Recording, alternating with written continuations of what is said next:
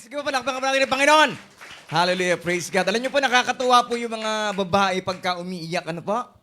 Pagka umiiyak siya, para bang matutuyo yung kanilang luha pagka pinaypayan po nila ang kanila pong mukha. Okay, isa doon si Che.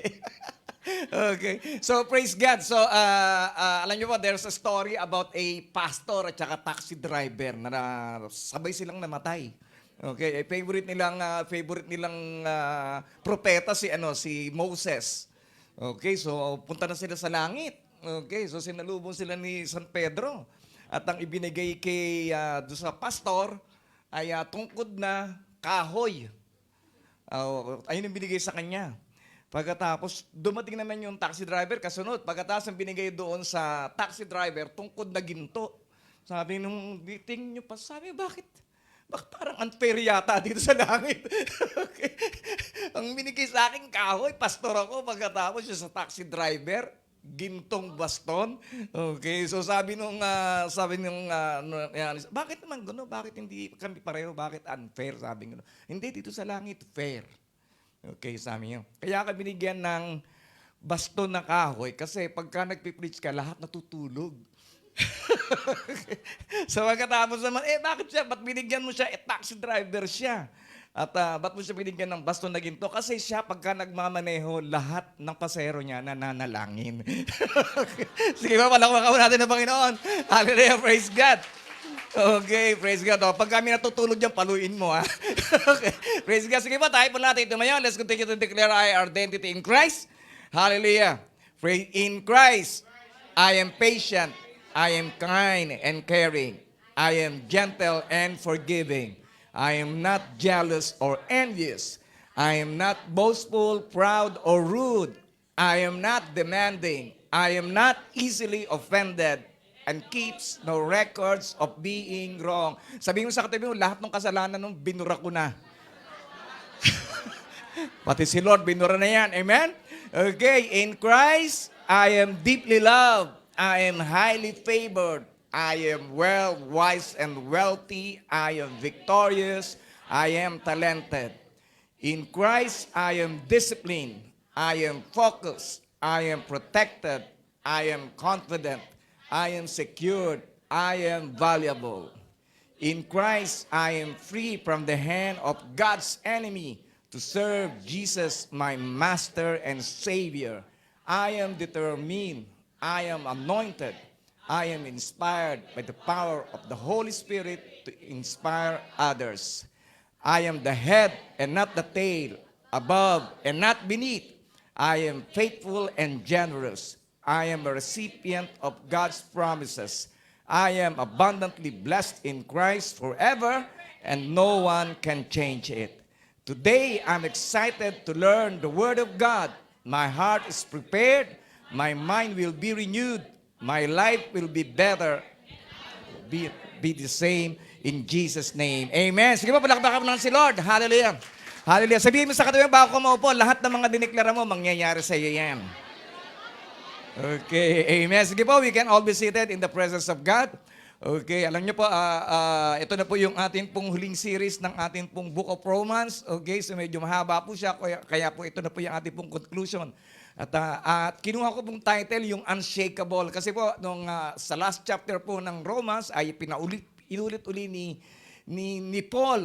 Sabi niya, I'll give you one more appeal, okay? Isa pang bayagin dapat kong ulitin sa inyo na dapat ay palagi po nating tandaan po. Sabi po ni Robert Schuller, isa pong magaling po na pastor, sabi po niya, tough times never last. Hindi po natatapos yung mga pagsubok, okay? Only tough people do. Okay, so ibig sabihin ng tough, yung talagang matitigas na mga Kristiyano, okay? Sabi mo nga sa katabi mo, dapat maging matigas ka. Okay. Okay.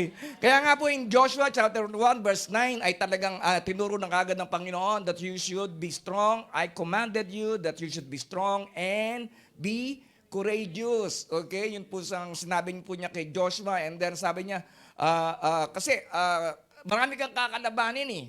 It's the same thing in us. Ano niyo po, marami tayong mga kinakaharap, di natin nakikita, mga nakikita. Okay. Mga bagay na naglalaro sa ating po mga isipan. So we must be unshakable in times like this. Amen? Sabi nga ni Che kanina, in every season, sa lahat ng panahon ng ating pong buhay, we should be strong so that para hindi po tayo matitinag. Amen. Kaya po nakakatuwa, this pandemic, hindi po ba? Tayong lahat ay hindi natinag. Amen. Hallelujah. Nagkaroon ng pandemic, maraming namamatay, maraming mga nagkakasakit, pero purihin ng Diyos, tayong lahat ay naririto pa rin sa ating Panginoon at tayo pa rin ay matatag na sumasamba, tayo matatag na nagtitiwala sa kanyang kalakasan lamang. Amen. Hallelujah. Praise God. Sige, palakpakan ng si Lord. Hallelujah.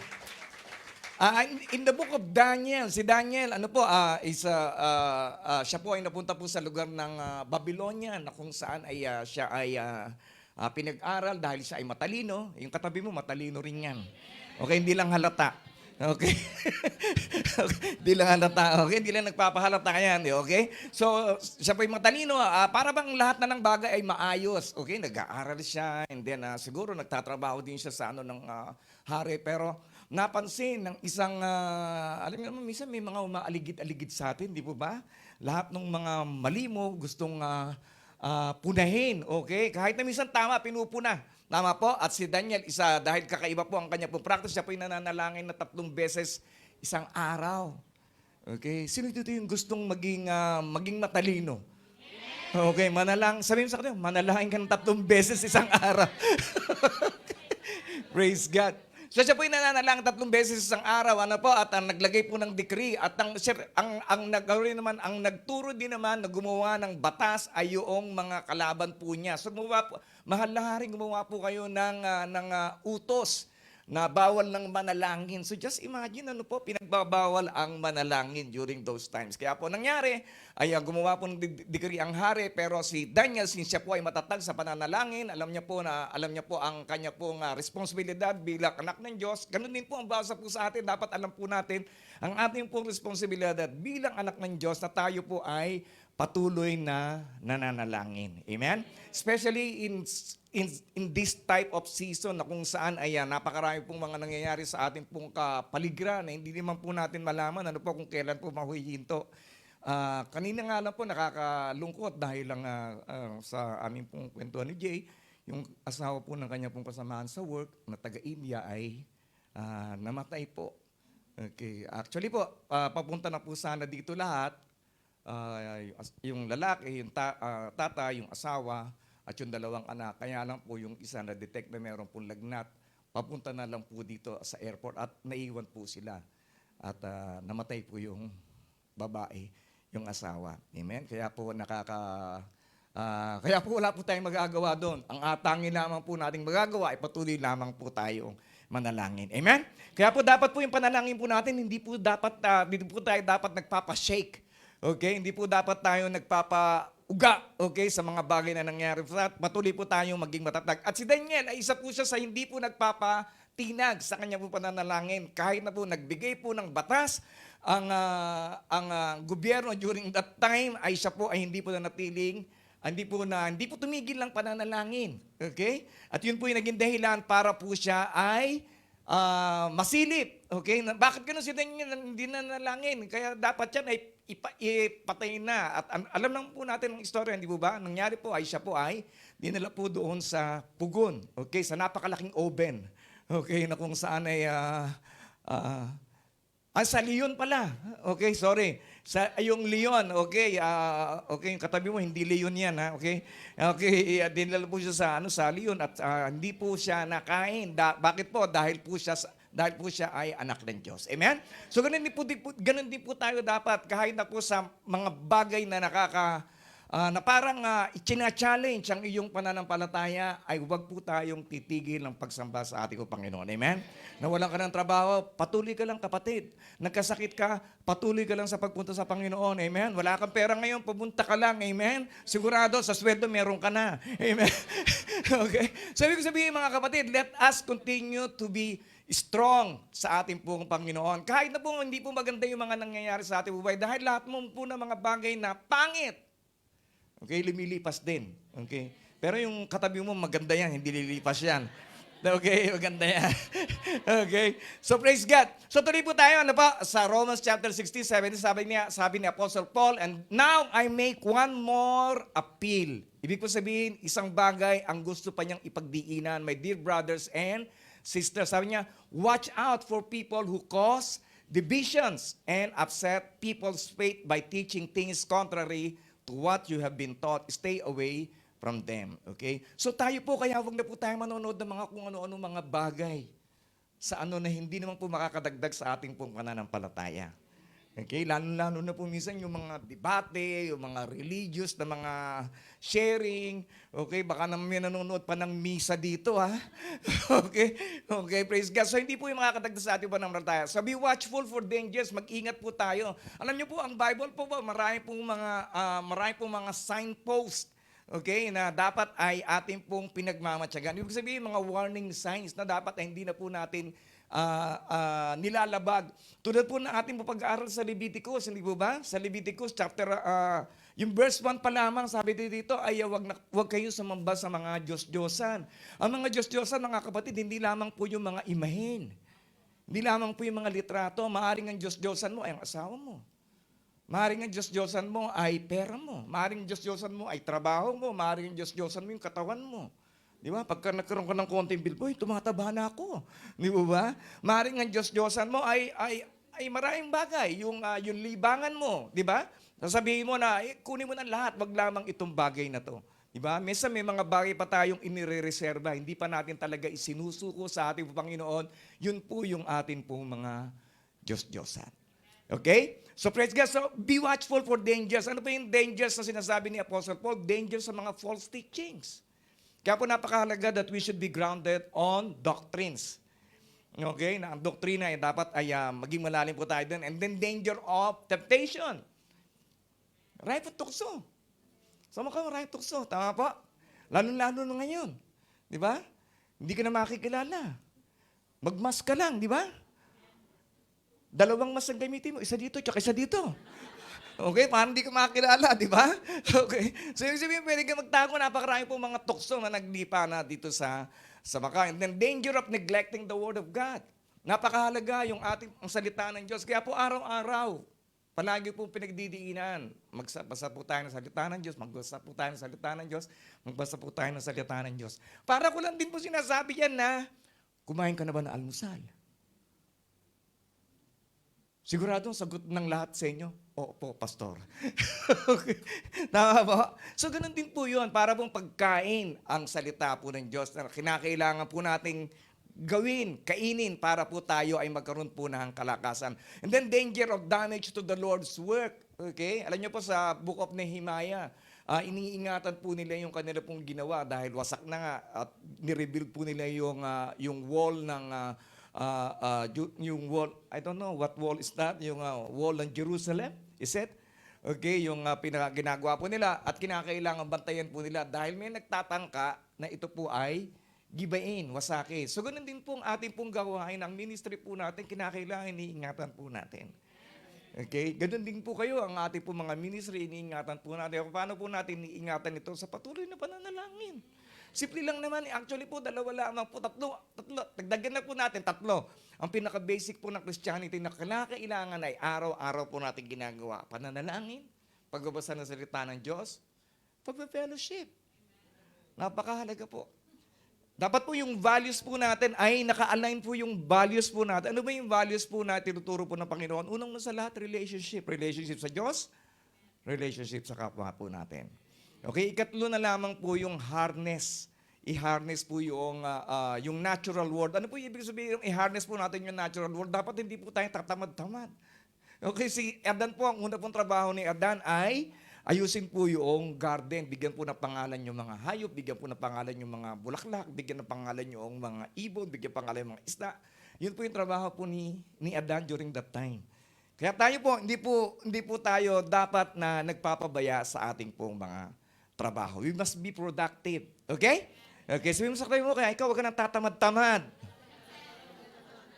Okay, ano pa po? And then, danger of speaking sinfully. Kaya po pinapractice po natin ang ating po mga sinasabi. Of course, it's very important for us to declare good things. Okay, unang-una sa lahat, sa ating po Panginoon. Ikalawa, sa ating sarili. Okay, bakit? Kasi paano ka makapagsasabi ng magagandang bagay sa iyong kapwa kung sa sarili mo nga hindi ka makapagbigay ng magandang salita? Tama? So it's very important for us. Ano po sabi sa Bible, di ba? Love your God with all your heart and then love your neighbor as much as you love yourself. So hindi mo pwedeng pinupuri mo o kaya sinasabihan mo na maganda yung kapwa mo pero hindi mo naman sinasabihan na maganda yung sarili mo. Palagi mo siya sa ang ganda-ganda niya. Bakit ako hindi kasing ganda niya? Okay. Okay? So dapat po, kaya po it's very important for us to declare or to say something good to ourselves. Okay? Praise God. Okay? And then, ingat din po tayo from people who cause division because God wants unity. Tandaan po natin palagi, ang Diyos po ay nais po niya ay tayo po ay magkabuklot-buklot, hindi po magkawatak-watak. Okay? Praise God. Yung mga pantalong watak-watak lang po yung uso ngayon. Okay? Praise God. And then such people are not serving Christ, our Lord. Okay? Malalaman naman po natin kung sino po talaga yung mga hindi nagsisilbi sa ating Panginoong Jesus. Sila po yung mga mahilig gumawa ng pagkaka-watak-watak. Okay? So it's very important. Kahit na po tayo nagkakaroon po ng cell group, hindi po dahilan yun para ibukod na po natin yung ating pong cell group sa iba. Okay? Ang goal po ng church is to grow bigger and also to grow smaller. Okay? Mukhang si Charmy lang nakaintindi. Okay? Okay. Ibig sabihin, ang nais po ng Panginoon, tayo lumaki, di po ba? At tayo lalaki sa pamamagitan ng patuloy na pagdami ng ating po mga maliliit na cell groups. Okay? And then, at saka ingat po tayo, meron po mga spiritual scammers. Hindi lamang po sa Facebook o sa online sa media, sa telepono, merong mga scammers, okay? Meron din mga spiritual scammers. Di ba? Nalulukuhin nila kayo, di ba? Ang kanila pong basihan lamang po ng kanila pong pagkakakilala sa Diyos ay yung narinig lang nila sa iba. Okay? Praise God. At ingat din po tayo. Nagkwento ko ng mga anak ko, merong nga raw pong naloko na scam. Okay, sa online. How much is it, Jay? Million na scam. Okay?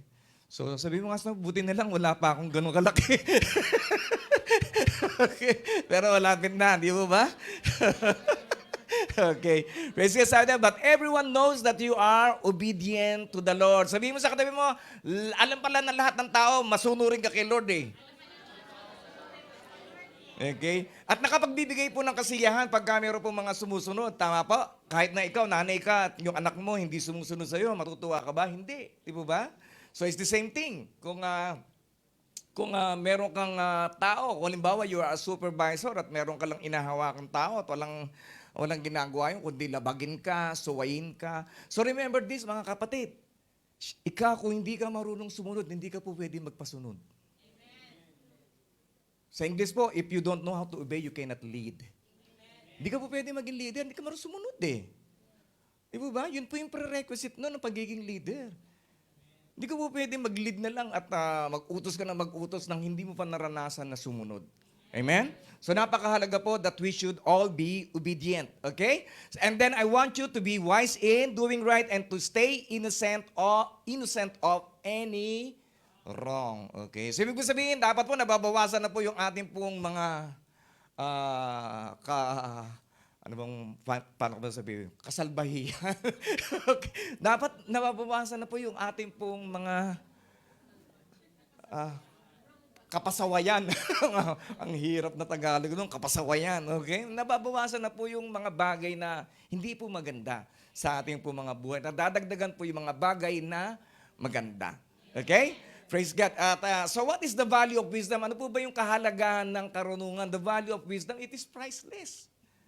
Hindi mo mabibili. Di ba? Hindi ka po pwedeng pumunta kay Pangyo, pabili nga wisdom. Okay?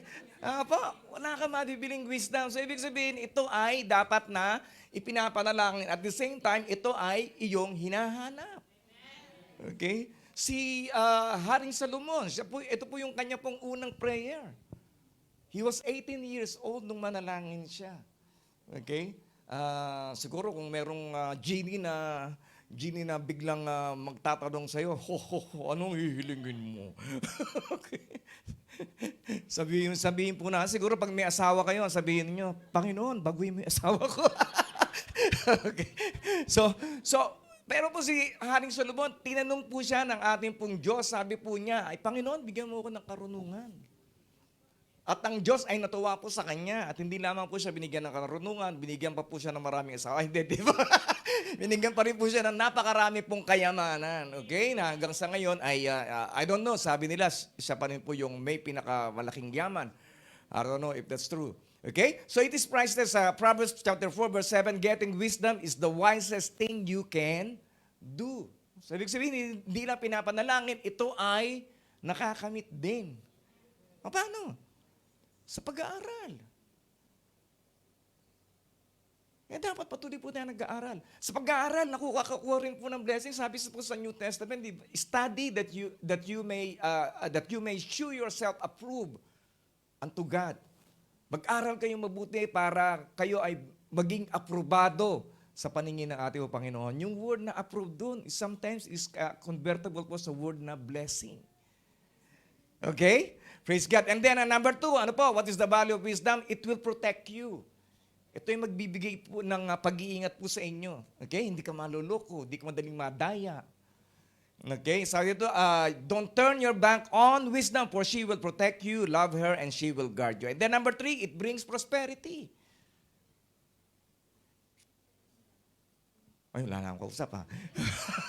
It brings prosperity. The benefits of wisdom may include material prosperity, pero ang mas mahalaga po dito ay hindi lamang po yung material prosperity, bagkus ang mas mahalaga ay yung spiritual prosperity. Okay? Ano nyo po, last few days ago, nagme-meditate ako tungkol sa may sabi ng Panginoon, di ba, I have come that you may have life and have it more abundantly. Di ba, pagka sinanarinig po natin yung abundantly, di ba, parang anisip ka na, pera, material na bagay.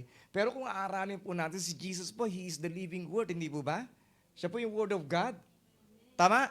Siya po yung Word of God. Tama po? So, ibig sabihin, pagka mayaman ka ng salita ng Diyos, unang-unang yayaman, siyempre yung Espiritu. Okay? Tsaka na lamang po yung mga material, okay, na kung saan nagmumula. Okay? Ang unang-unang pinagyayaman po natin ay ang ating pong Espiritu. So, paano yun? I have come. So, ibig sabihin, kung dumating ang salita, si Jesus, ang salita, dapat po siya po ay papasukin natin sa ating puso. Tama po? At patuloy po natin pagbulay-bulayan ng kanyang mga salita sa atin. Okay? If we want to really prosper in life, ang una po pagyayamanin po natin ay ang ating po mga espiritu. Okay? Amen? Sabi mo sa akin, narinig mo ba yun? Okay, praise God. And then Proverbs chapter 3 verse 1 and 2, my child, never forget the things I have taught you. Store my commands in your heart. If you do this, you will live many years and your life will be satisfying. Sino po dito yung gusto ng mahabang buhay? Okay, hindi lamang po sa pajaging-jaging, sa pagkain ng tama, okay, ang pagkakaroon po ng mahabang buhay. Pagkakaroon po ng mahabang buhay, unang-una sa lahat ay tayo po ay to become masunurin. And we should know how to store the commands of God in our heart. Paano po natin itatago ang salita po ng Diyos? By keep on meditating it. Okay? Meron pong isang Iranian, sabi niya, ano na po siya, siguro po nasa mga 80 years old po siya. Sabi niya, sinabi niya po yung sikreto ng kanyang pagiging mahabang buhay. Sabi niya, sikreto po ng kanya pong magiging mahabang buhay ay, malakas pa po siya, 80 years old. Nginunguya raw po niya yung kanya pong pagkain ng maayos. Okay, ibig sabihin talagang nguyang-nguya, talagang ginagrind niya talaga, nginunguya niya ng gusto. Okay, sabi niya doon sa mga anak niya, sabi niya, nguyain mo maigi ang kinakain mo. Bakit? Kasi yung tiyan mo, walang ngipin yan. Okay? So, ibig sabihin, mga kapatid, so ganun din po sa salita po ng Diyos. Dapat po ay patuloy po natin itong ginunguya. Ninanam na, patuloy po nating minemeditate ang salita po ng Diyos. Amen? Para maging, sabihin mo sa kanila, gawin mo yan para humaba ang buhay mo. Okay. And then your life will be satisfying. Hindi lang mahaba ang buhay mo ay kaaya-aya pa. Hindi po ba? Pagka tayo ay nagkaroon ng karunungan. Okay? And then sabi nito, the God of peace will soon crush Satan under your feet. May the grace of our Lord Jesus Christ be with you. Tandaan po natin, ang kapangyarihan po ng kaaway ay limitado. Okay? Dahil hindi po hayaan ng Panginoon na ikaw ay masubok ay nang higit sa kakayanan mo. Okay? Kaya kung may inaalaw na mga pagsubok ang Panginoon sa buhay mo, ito ay para sa ikabubuti mo. Okay? Bakit? Kasi na-stretch po yung ating po pananampalataya pagka tayo may mga pagsubok. Tama? Kaya po napakahalaga that we should always be thankful in every seasons of our life. Kahit anong season ka ng buhay mo ngayon, kung ikaw man ay may trabaho, ikaw man ay wala, ikaw man ay may boyfriend, ikaw man ay wala. Di ba? Patuloy tayo magpasalamat sa ating po Panginoon. Di ba? Kung ikaw man ay nagpapasexy at hindi pa na-achieve yung weight na ninanais mo, di ba? Let's continue to be thankful unto the Lord. Amen? Hallelujah. Kaya po sige po.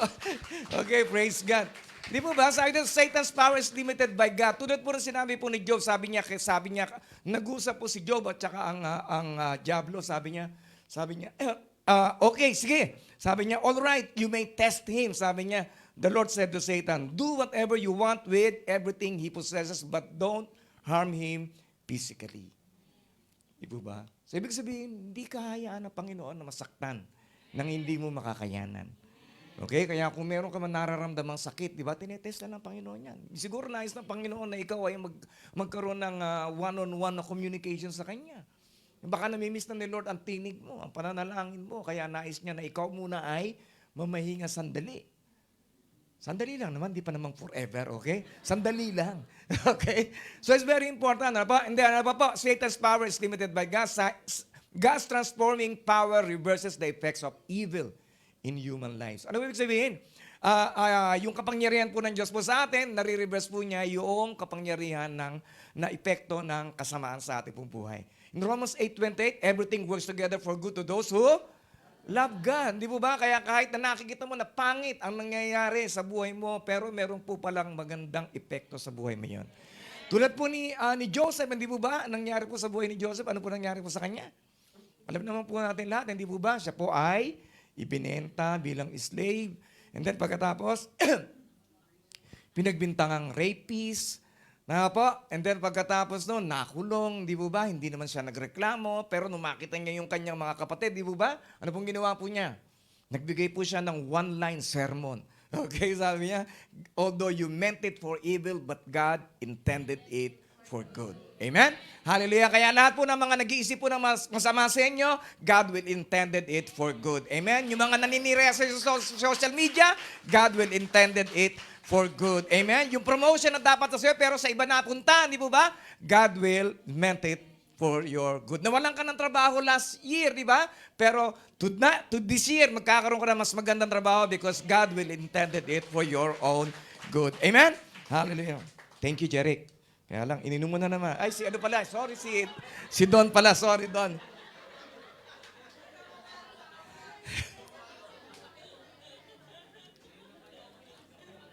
Sorry Oo. Kasi si Jeric kasi yung gumawa nito, kaya parang wala ako ng ibang nakikita kundi si Jeric eh. Praise God. And then, ano pa po? And then, okay, so sabi doon, the God of peace will soon crush Satan under your feet. Kaya po ang kaaway, wala na po yan eh. Basta bilang na po ang kanya pong araw. Amen? Sa ating pong buhay, hindi po siya magtatagumpay po sa atin dahil siya po ay talunan na.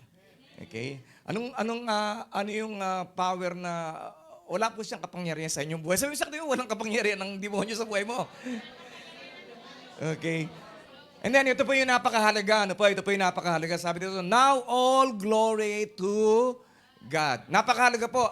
Ito po ay dapat po palagi namumutawi sa ating po bibig. Now all glory to God. So lahat po ng ating po nararanasan, give all glory to God. Ikaw ay nabigyan ng kapurihan, give all glory to God. Ikaw ay na-promote, give all glory to God. Nagkasakit ka, ikaw ay gumaling, give all glory to God. Amen? Hallelujah. Praise God. Nawalan ka ng trabaho, nagkaroon ka na uli, give all glory to God. Okay? Bakit? Who is able to make you strong? Siya lamang po makapagbibigay po sa atin ng kalakasan. Hindi po ba? Ang panghihina, ano po yun? Normal eh. Di ba? Napagod ka. Normal yun, manghihina ka. May mga disappointments, normal yun, di ba? Minsan manlulumo ka. Nawalan ka ng sapman, di ba? Nanlulumo ka. Okay? Di ba? So, naiwanan ka ng bus, di ba? So, minsan nanlulumo ka. Okay? Marami po mga bagay ang makapagpapahina po sa atin. Yung ating po mga disappointments, yung ating po mga pressure na pagbibigay po ng panghihina po sa atin yan. Pero, ang Diyos po, meron po siyang kapangyarihan para ikaw ay muling palakasin. Amen? So just as my good news said, this message about Jesus Christ has revealed this plan for you, Gentiles, a plan kept. Tayo po yung mga Gentiles at tandaan po natin, we are not a Jew, tayo po yung Gentile.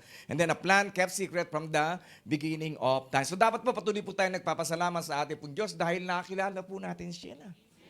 Dati hindi po natin siya kilala, wala po tayong kamalay-malay. Ano ba yung born again na yan? Ano ba yung mga hallelujah na yan? Di po ba? Wala tayong kamalay-malay. Pero sa kabutihan po ng Diyos, ipinahayag niya ang kanyang sarili sa bawat isa po sa atin. Amen? Hallelujah. Ang ganda ng mga t-shirt ninyo, becoming more like Christ. Yung isa, breaking through. Okay? Praise God. Okay? And then, but now as the prophets foretold and as the eternal God has commanded, this message is made known to all Gentiles everywhere so that they too might believe and obey. So mga kapatid, hindi po kulang po kung tayo lamang po ay maniniwala. Okay, naniwala ka nga. Di ba? Sabi nga, kahit ang mga demonyo naniniwala. So ano pang kaibahan po natin sa mga demonyo? Tayo po ay naniniwala at tayo ay sumusunod. Tama po? Kasi po naniniwala rin ang demonyo eh. Tama? So ang magiging kaibahan po natin sa kanya, tayo po ay naniniwala at tayo ay sumusunod sa pinagutos po ng Diyos. Okay? And then, praise God. So what good? So mark what is good. So ano po yung points po natin dito? Mark what is good and avoid what is evil. So gusto po ba natin na talaga na parang magkaroon po ng pagbabago yung ating buhay? Sino po dito yung gusto magkaroon ng pagbabago ng buhay? Actually, the main point po ng Christianity is magkaroon po ng direksyon ng ating, ang una po yung direksyon ng ating pong kaluluwa. Tama po? Kasi po, all of us, pupunta po tayo sa impyerno. Pero nakakatuwa po dahil niligtas po tayo ng Diyos, ngayon po ay papunta na po tayo sa langit. Okay? At noon, ang atin naman pong buhay dito sa mundo ay pawasak. Okay, maaaring mag-succeed ka, okay? Pero napakaliit na percentage, okay? At mag-succeed ka man, hindi ka pa rin fulfilled sa buhay mo. Bakit? Kasi mali pa rin yung destination mo eh. Pero nais ng Panginoon na tayo magkaroon ng pagbabago. Okay? So yun po yung number one na goal po ng Christianity, life change. Kaya kung walang pagbabago, para saan? Sayang na may oras natin. Nagpupuyat tayo. Babasa tayo nag-go-offering tayo, nagpa-practice tayo. Di ba? So it's very important na ang buhay po natin dapat nababago. Okay? Sabi mo, dapat nababago ka na. Matagal ka na nag-church. Okay? Tama ba? Okay, so God had told us to avoid sin, so we must resist sin. Dapat po pinaglalabanan po natin yan. Hindi yung, sige na lang. May laban po. Si Pastor may laban. Si Jerome may laban. Tayong lahat dito mayroon laban. So napakahalaga na dapat po ay lumalaban po tayo. Okay? And then, pagka merong gumagawa sa iyo ng masama, gagawan mo ba rin ba ng masama?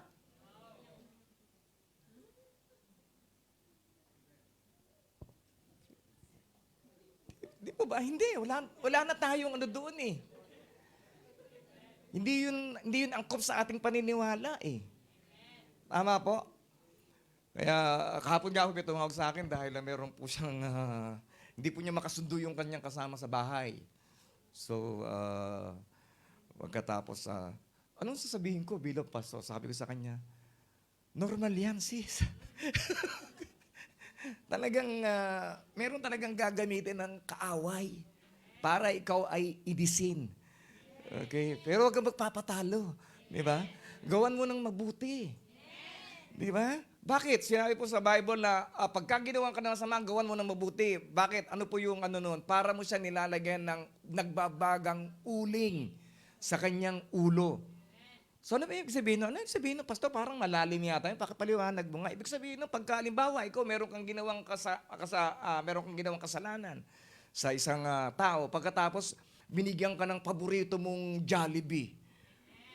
Di ba? Bakit ako binigyan nito? Di po ba? Tapos ang bait-bait pa sa'yo. Buti parang, parang kang nakukonsensya. Di ba? Naisipin mo, bakit ko ba nagagawa ng masama ito? Di po ba? Amen? Kaya sabihin mo sa katabi mo, mamaya, ililibre kita sa Jollibee. Okay. Praise God. Okay. Pero ito po ang maganda, ano po, mga kapatid. Ang ating po Panginoon, binigyan niya po tayo ng kapangyarihan para mapagtagumpayan ang mga kasalanan. Kaya po, paano yun? Paano nangyari yun, Pastor? Yung salita po niya. Yung salita po niya. Ano po yun Parang antibodies, parang vaccine. Okay, ang kanyang salita, hindi ka natatablan. Okay, kung yung iba dito, tinatablan pa kahit na may vaccine na, pero ang vaccine ng salita ng Diyos, hindi ka tatablan. Amen? Kaya napakahalaga that we should have the vaccine of the Word of God in our life. Amen? So, ano po, practical steps po for overcoming sin and temptation. Unang-una sa lahat, meditation. Okay? Meditate po natin ng kanyang salita.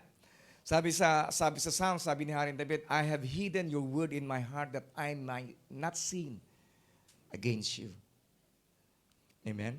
Kasi if we don't have any knowledge, tuloy-tuloy lang tayo And then number 2 po, and then prayerful dependence upon God. Prayer. Di ba? Alam mo namang kahinaan mo na nga. Pakapyo. Palagi ka pang dumadaan. Di ba? Kahinaan mo, si Ching Tao. Palagi ka pang dumadaan kay Pangyaw. Di ba? So, ibig sabihin, umiwas ka na. Tama? So, it's very important for us to know, meditation, then prayer, full dependence upon God. Okay? Matthew 26, verse 41, keep watch and pray so that you will not give in to temptation. For the spirit is willing. Ayun ang madalas na palusot ng mga Kristyano, di ba? The spirit is willing, but the flesh is not. Po? So, huwag tayo palusot. Okay? Wala naman tayong, maaaring palusot po tayo magpalusot po tayo, pero sa Panginoon, hindi po tayo makapagpapalusot. Tama? Okay. And then sa Psalms 34 verse 14, turn away from evil and do good. Search for peace and work to maintain it. So pagka sinabi pong peace, unang-una sa lahat, peace po sa Panginoon. Ikalawa, peace in yourself, yung konsensya mo. Di ba? Kasi babagabag pag may palpak ka tama pa? And then And then peace with others. Yan napakahalaga na dapat mayroon po tayong kapayapaan. Okay? So pagka wala kang kapayapaan, ibig sabihin, something is wrong. Wala kang kapayapaan So I have to seek God. Tama po? Okay? And then work and to maintain it. Maintain po natin. And then lastly po, depend on God. Okay? Huwag po tayo magdepende lang sa tao. Ang tao minsan, ipapahiya ka niyan. Ang tao minsan, hindi mo maasahan. Okay? We love each other. Okay? Yung katabi mo, mahal ka niyan. Pero the truth is, we are human being. May mga kahinaan tayo. Diba? Kung magdidepende tayo ng kalakas, magdepende tayo sa ating Panginoon. Bakit? Kasi kung meron kang pangangailangan, di ba? Lahat siya. Siya yung provider po natin. Di ba? Kung may sakit ka, siya yung ating pong dakilang manggagamot. Kung ikaw ay nalulungkot, siya ang iyong comforter. Di ba? Kung ikaw ay nanghihina, siya ang iyong kalakasan. Kung wala kang kapayapaan, siya ang iyong kapayapaan. So let us continue to depend on God. Okay? Kaya nga si Haring David, sabi po ni Haring David kay Goliath, di ba? Lumalapit ka sa akin, may dala-dala kang sibat, may dala-dala kang pana, may dala-dala kang kung ano-ano mga dala-dala mong sandata, may dala-dala kang machine gun, granada. Pero ako, I'm coming towards you. Ako, lalabanan kita. Anong dala-dala ko? Ang pangalan ng aking Panginoong Hesus. Amen? Pangalan lang ng Diyos ang kanyang dala-dala. Amen? So, ganun din po tayo. Okay? We have to depend on God. We have to depend on the blood of Jesus. We have to depend on the name of Jesus. We have to depend on prayer. We have to depend on the Word of God. Yan po yung ating po sandata. Okay? And then Ephesians chapter 6 verse 10, final word, sabi ni Apostle Paul, final word, be strong in the Lord and in His mighty power. Sabihin sa katabi mo, be strong. And in His mighty power. Okay? Doon po tayo maging malakas sa kapangyarihan po ng ating Panginoon. So ano po yung ating pong source of strength? Medyo rewind lang po natin. Saan po tayo kukuha ng kalakasan pagka tayo po nangihina? Una-una sa lahat, sa pangako niya na presensya niya. Okay. Actually po, kaninang parang pagod na ako. Kasi sunod-sunod ng activities ko. Okay. Praise God. At si Pastor ay hindi naman po bumabata. Although namukha lang akong bata. Okay, pinatawa ko lang. Okay, hindi, ano pa po? And then realization of His grace. Sa biyaya lang po niya. Paggising mo, pasalamat ka. Biyaya ng Diyos yan. Di ba? Nakarating ka dito ngayon, biyaya ng Diyos yan. Di ba? May sakit ka noon, gumaling ka na ngayon, biyaya ng Diyos yan. Wala kang trabaho, pero may savings ka pa. Di ba? Biyaya ng Diyos yan. Hindi mo ba? Ano pa po? And then through the Holy Spirit. Kaya we have to depend on God. Siya yung ating kalakasan. He's our strength. Ang kanya pong presensya. Kaya po it's very, very important. We should always be inviting the presence of God in our lives. Yan po yung palagi kong pinag-aanuhan eh. Kagabi po nakakatuwa dahil meron pong isang bahay na dinedicate. At praise God. At sa bahay po nila Bay, actually siya lamang po yung Christian to sa bahay nila. At nakakatuwa po dahil kagabi po, meron na namang 4 na kaluluwa ang tumanggap sa ating Panginoon. Amen? Hallelujah.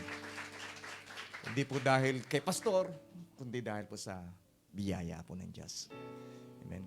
Kaya kung meron ka mang nanghihina ka man, minsan sometimes you just want to quit. Minsan parang nawawalan ka na ng pag-asa, magkakaroon pa kaya kami ng trabaho dito. Sakit ko, palagi naman ako may sakit. Diba? Let's just continue to depend on God. Okay? Sige po, let's all stand up tayo po lang natin ito pa yun. Hallelujah.